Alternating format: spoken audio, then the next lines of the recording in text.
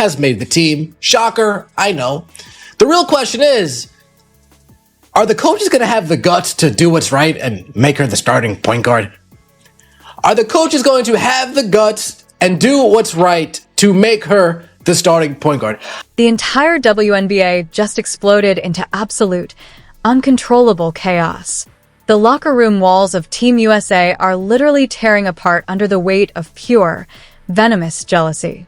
What was supposed to be a routine 2026 World Cup roster announcement has detonated like a nuclear warhead directly through the heart of professional basketball. Caitlin Clark wasn't just selected. She was officially handed the ultimate crown. She's been named captain of Team USA. And she took that captaincy directly out of the hands of two-time MVP, legendary gold medalist, and undisputed league royalty, Aya Wilson. The moment the news leaked, all hell broke loose. Veterans broke down in tears. Emergency meetings were called. Screamed accusations of betrayal echoed through the halls, and player boycotts were threatened within minutes. Locker rooms are divided. League executives are panicking. Whispers of dirty backroom deals, corporate sabotage, and explosive personal rivalries are leaking to the press. Aya Wilson is reportedly furious. Angel Reese is speaking out. And veteran stars feel completely disrespected. Is this the greatest leadership move in basketball history, or the most corrupt, explosive betrayal the WNBA has ever seen? To truly understand the terrifying level of rage exploding across the league today, you have to rewind to the deep, festering wounds of the 2024 Olympic snub. 2 years ago, when Caitlin Clark was stripped of her rightful place on the Paris roster, the official narrative was all about veteran leadership, international experience, and team chemistry.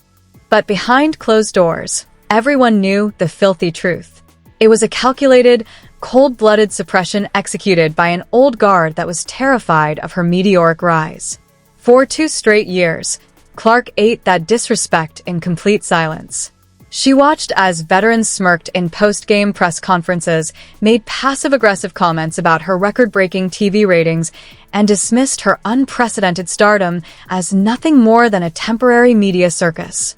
They thought they had successfully put the young prodigy in her place. They thought the status quo was protected forever. Meanwhile, Aya Wilson reigned supreme as the undisputed queen of American basketball. She carried Team USA on her back, collected MVP trophies like loose change, and commanded absolute, unquestioned authority in every locker room she walked into.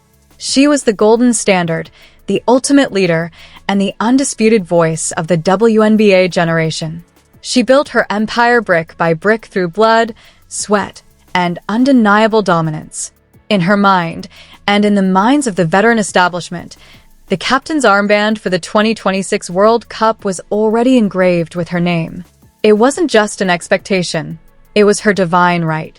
Behind the scenes, a quiet, toxic divide was slowly carving the league into 2 hostile factions.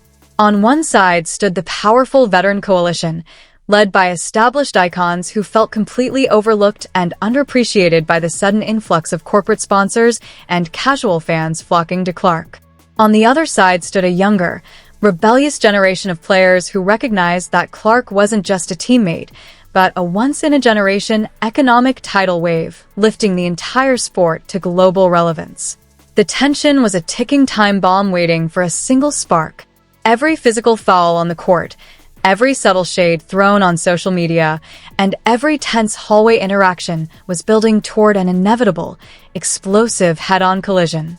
The veterans believed Clark needed to pay her dues, sit in the back of the bus, and wait her turn like everyone else did.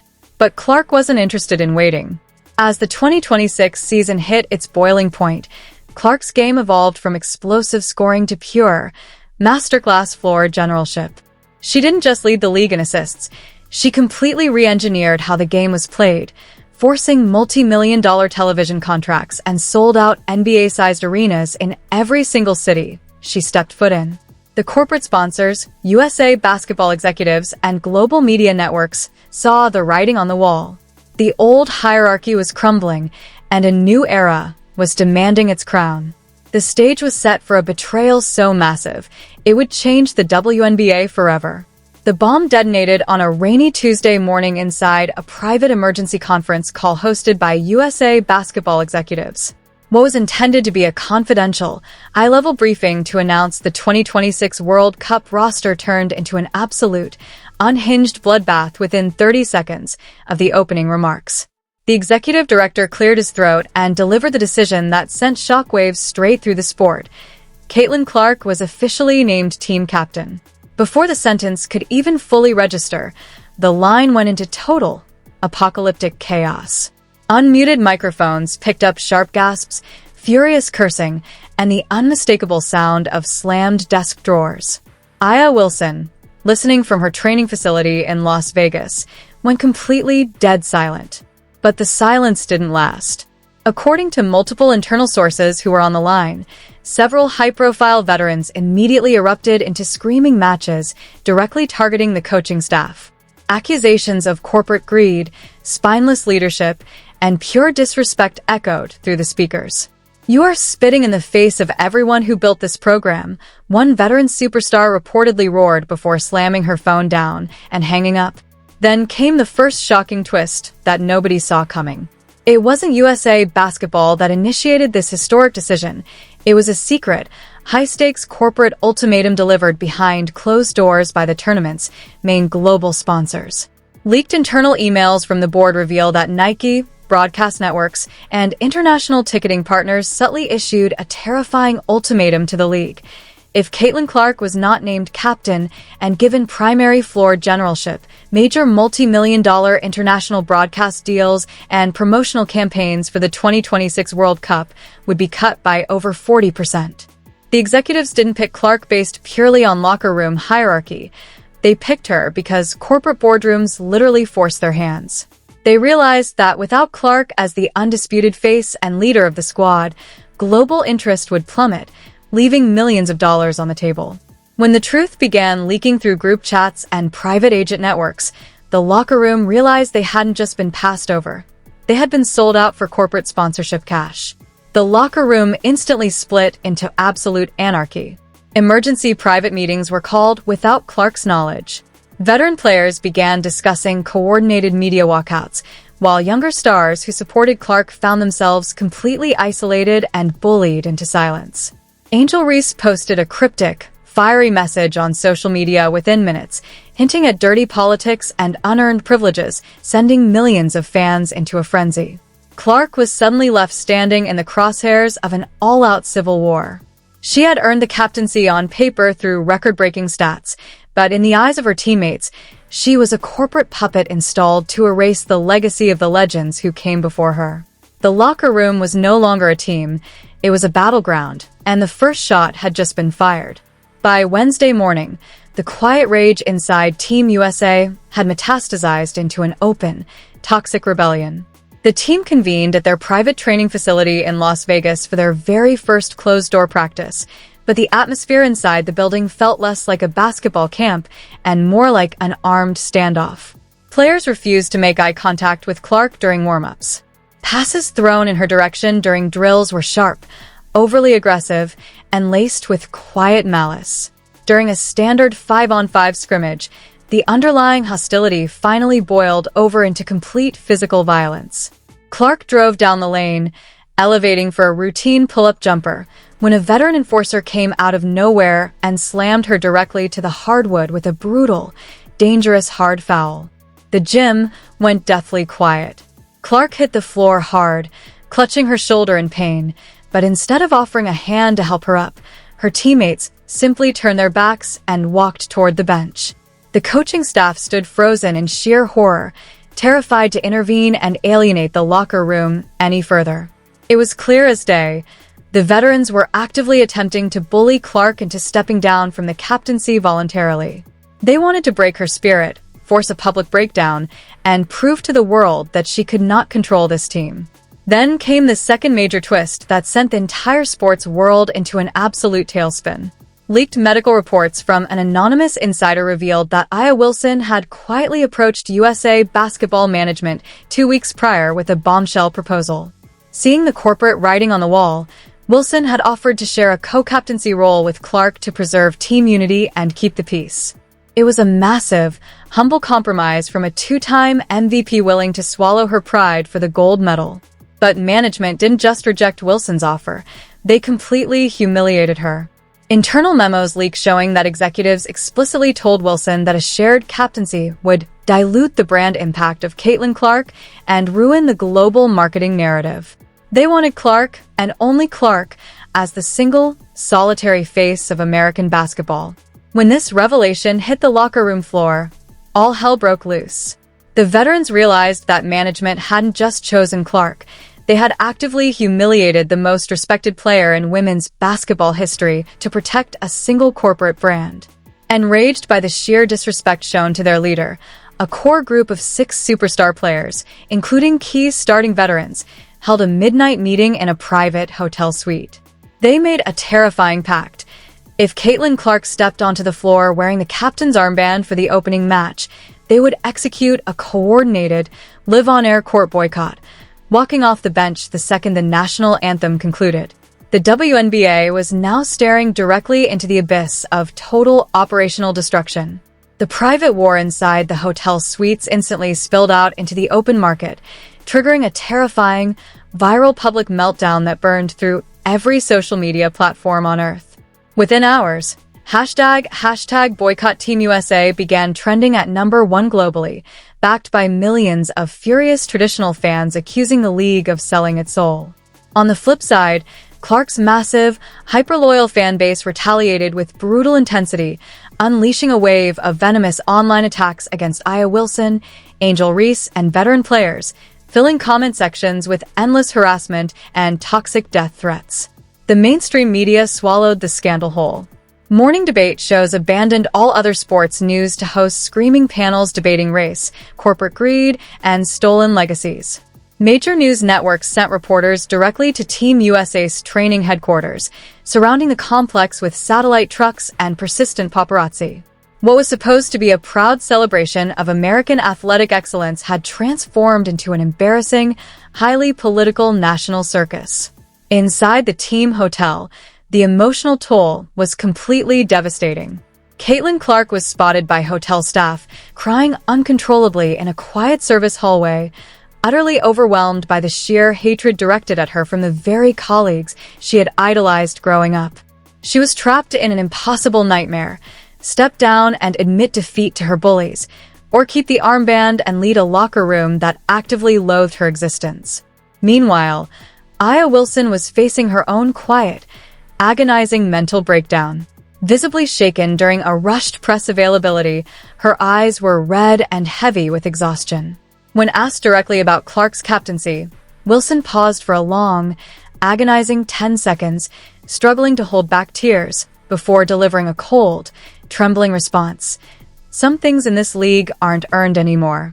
They're manufactured." That 9-word sentence acted like gasoline on an open flame. Behind closed doors, emergency sponsor calls were descending into utter chaos.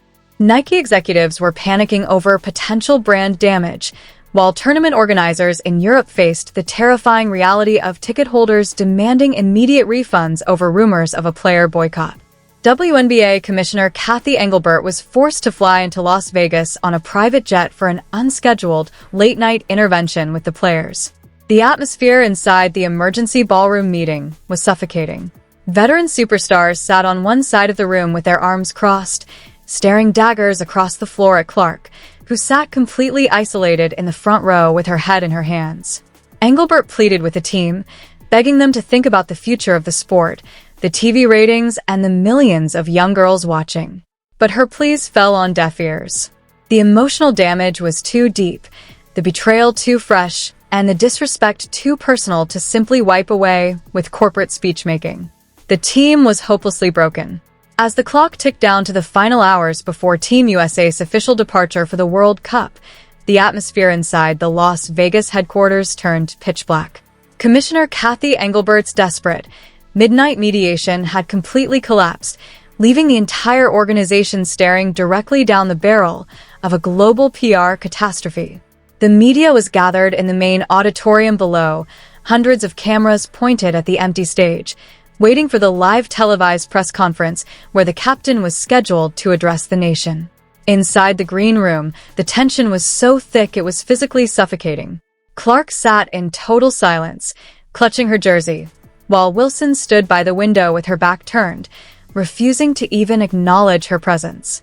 Then, with just 5 minutes remaining before live broadcast, the final, jaw-dropping twist ripped through the room like a lightning strike. An anonymous burner account on social media suddenly leaked a series of classified, audio-recorded phone calls from high-level USA basketball selection committee meetings. The audio was crystal clear, and what was heard on those tapes shocked the entire sports world to its core.